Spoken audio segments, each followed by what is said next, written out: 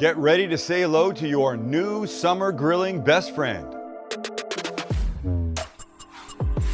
A couple of years ago, I did a grilled chicken thing here. I think we called it the chicken that we make all the time. Is that what it is? Something like that. Can't stop making. The chicken we can't stop making. Anybody that's ever had it at my home loves it. Anybody that's ever made it, and by the way, it's in Sam the Cooking Guy and the Holy Grail, out now in stores. Link below. Anybody that's made it says it's fantastic. It's great. We made our own naan for it. It was tremendous. So we're gonna do a steak version today, Mediterranean in nature. We'll call it a little Italian-esque salsa. And I have a huge cheat for the naan. It's one ingredient. You're gonna like it. Here's the order. Season the steak, make the little salsa, make a little yogurt thing, cook.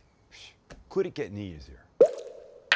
Rub first. Begins with smoked paprika. I know people always say you use the same shit all the time. Well, it's good shit, so use it. Cayenne pepper. You can use less if you want. Recipes below, by the way. You don't have to use a cayenne pepper, but I think you should. Cumin, kosher salt, and some ground black pepper. By the way, this is called the pepper cannon. I'm not pimping it. I'm just saying it's a ridiculous instrument for ground black pepper.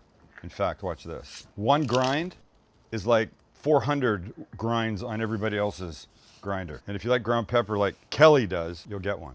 There's that. We mix and use your finger because it's really the best thing you've got. Remember, it's right at the end of your hand. You don't have to reach for it. And now our steak. I'm using hanger. We used it recently, didn't we? I love it. The supermarket now carries it regularly. I'm so happy. A little bit of olive oil all the way around is going to help with us seasoning stick. And we season just evenly all the way around. This is about 0.6 of a pound. I don't know how many ounces that is, but this is gonna make, 3 or 4 of these really easily. Don't forget the ends. And then when you've got it all on, do what Gordon Ramsay says. Then you fucking wanker. Then just mop up the extra seasoning on the deck. Sorry, that was Irish or something. I don't know. I get confused. Okay, they're gonna sit for 5 or 10 minutes while we make our little salsa. All right, our little salsa consists of the following. Some diced cucumber, diced mixed colored tomatoes, red onion. By the way, I love where this is headed. Some olives, or as Max used to say when he was a little kid, olives. Some Italian parsley. You know I'm a fan of the curly parsley. Oh, not today. I can break out of my shell. Some capers, because they're the best. That little briny, salty add that they bring is fantastic. Little Italian oregano. I don't know why I said that. It's probably not Italian oregano. I'm just in that mindset. I actually think it's Mexican oregano because it's much less expensive at the store. A little garlic pressed, a little red wine vinegar, a little olive oil, recipe below, and some lemon juice. Just squeeze through your hand so no seeds. And this we will mix. Man, this is gonna be fresh, clean, super flavorful, and even more flavorful if you add some salt that I forgot. One more thing to make before we can cook. Super simple, non-fat Greek yogurt. And if you didn't have non-fat Greek yogurt, Max, what could you use? Fat Greek yogurt. Yes. Or? Sour cream. Yes, that's the answer I was looking for, sour cream. Garlic. Low-fat Greek yogurt. Yes, any yogurt. Yogurt. Coconut yogurt. Garlic, yes. Little lemon juice, little salt, Italian parsley. That's gonna be damn fine, Skippy. Let's go to the grill. Right, I'm a fan of spraying my grill. Well, not when they're cast iron grates like this. The old grill, yes. Cast iron, you don't want to use that spray. It'll gunk them up. Neutral oil on a towel like this. A couple of wipes. Bob's your uncle. We come back with our hanger, and on we go. And what's nice is these guys are essentially rectangles, 4-sided. And you know my system. I turn a lot. Minute or so turn, minute or so turn. Even turning all the way gives you an even temperature, color of doneness inside. So that's what we're gonna do. I never stray from that. I'm sure there's people that disagree, and I don't care. This works for me. It only matters what works for you. If you wanna throw it on, turn it on high, leave it on one side, don't even flip it, then folks, that can be what you do. I don't think that's gonna work, but. All right, so it's been, what, a minute? Let's look. Nice, so let's turn. We'll yank, I don't know, somewhere, between 130 and 135. Let them rest. Then we have another thing. Remember I said there was a 1 ingredient hack? Well, it's coming up. Time, again. Love it. Love this little cut. If you don't see it, where you buy meat, ask for it. And if they don't have it, kick them in the nuts and go find another store. Okay, don't do that. I don't want butchers across the country getting mad at us. Okay, another turn. Let's go this direction now. And while these guys are working their way to being beautiful, let me show you what we're doing with the hack. See this? This is a 1 pound store-bought pizza dough that I'm gonna cut in quarters And this is gonna be our naan thing. Hang on.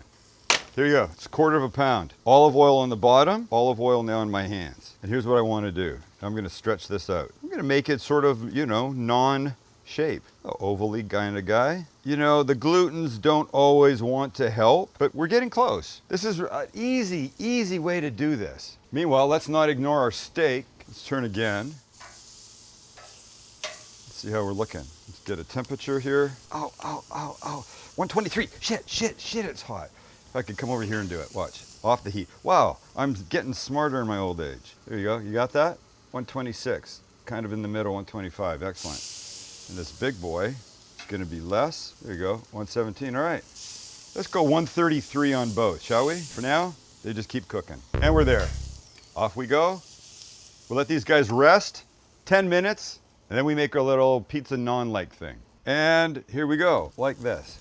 Perfecto. I got smart. I put it on this so I could just slide them off like you just saw. Because sometimes when the dough is super soft like this and you go to pick it up, it lands and it ends up a really weird effing shape. Which you just deal with. We call it rustic, but still. So this is gonna be, you know, maybe I turn the heat down a little bit. It's gonna be maybe 3 minutes aside. If I take my Sam the Cooking Guy fork, Max, that comes with the carving knife, and I lift up, you can start to just see little color. So we'll go, you know, a minute or so, then maybe give it a little turn. We want this not to be burned up. We still want it to be kind of soft inside and fluffy. That's our goal. And of course, we're doing both sides. So I think we can do a little 45 here. Let's look first. See how pretty? Love it. So just like that. Another minute and a half or so, we'll flip him over.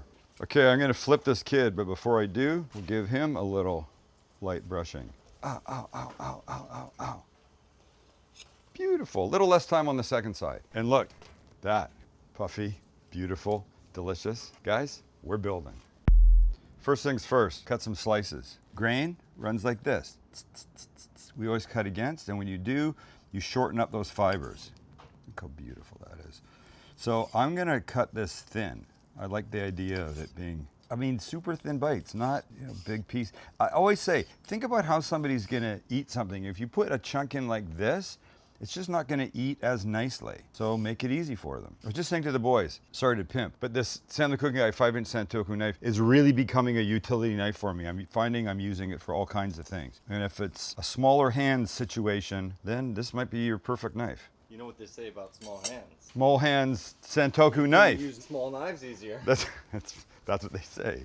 Remember this? There's one more thing before we serve it, and I'm gonna add some crumbled feta for big flavor. And I don't like to put it in too early because I feel like sometimes it gets a little soggy and I want to keep it sort of cool and fresh. You know how much better that just got? There's our guy. There's our beautiful guy. And here's our beautiful little yogurt. Biz, don't be a cheap ass when it comes to this part because it's so good. This is the really cool, refreshing part. And by cool, I mean temp, not hip. Oh, our steak. This might be the greatest summertime thing ever. And now you don't want to overdo the salsa, so don't. You just want some. Shit. Make sure you get some capers too, because that will provide maximum brininess, acidity-ness, deliciousness. That is what it should be all about. That is what it is all about. That's what she's talking about. That's what she wrote. That doesn't make sense. That's what Guy Fieri shoved up his ass. God, stop it. Well. Look what we've done here. Any idea how good that's gonna be? Only one way to find out. Let's have a bite.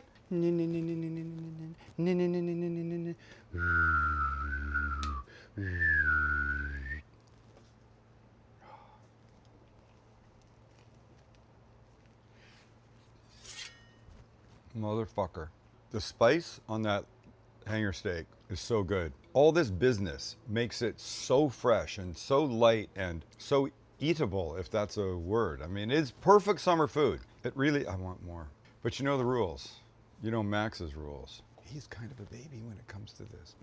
So, thanks for hanging out. I should say at the beginning how much we appreciate you guys being here. We really do. And if you appreciate us, hit the subscribe button. Give us a like, tell us what you want us to make, and be ready to see your name, if you're a subscriber, on the screen like this, and you've won one of those Sam the Cooking Guy knives behind me. And reach out to us at info@thecookingguy.com. We'll get you hooked up. Gotta go.